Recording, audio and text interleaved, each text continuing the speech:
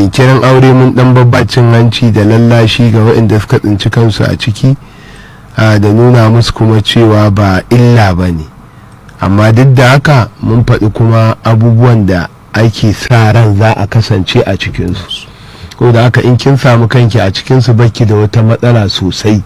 sai dai in kin so ki sa kanki a tashin hankali. Amma shirin rayuwar dan adam ya haska miki kuma ya baki hoton cewar wanda ya miki kaza ba kiyayya ba ne, a'a yanayi ne.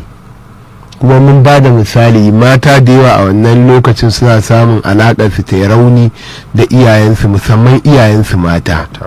saboda mata ba su da ɓoye damuwa, ba su da ɓoye irin waɗannan abubuwan,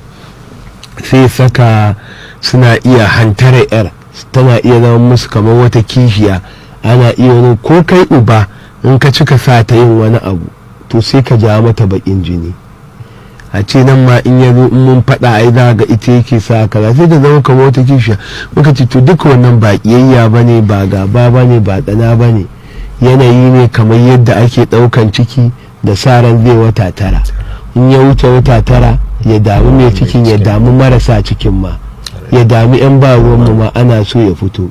kuma in ya fito kaga ana ta tsalle ana murna an haihu. Ke ma haka ke ganin kamar an tsare ki, kina zuwa ran bikin aurenki wata sai kiga babu ku ta gwargwar ta cashe a gaban mai kiɗa,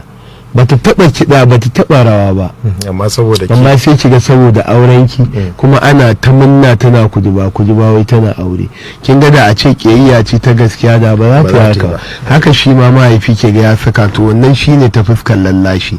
A dab da shirin da zai kare na satin da ya gabata, jagoran shirin ya wakilci masu sauraro gurin gyara wata tambaya cewa me yake kawo jinkirin auren. Sai dai mun yi azarbabin ni da shi mu faɗi kaddara,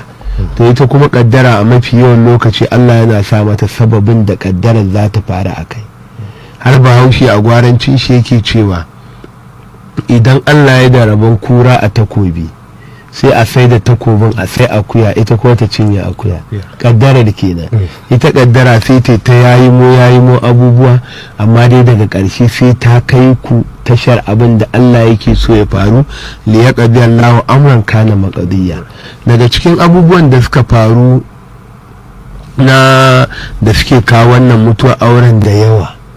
amma dai za mu faɗin Allah ya da guda 3 ko wani abu, da na ce 6.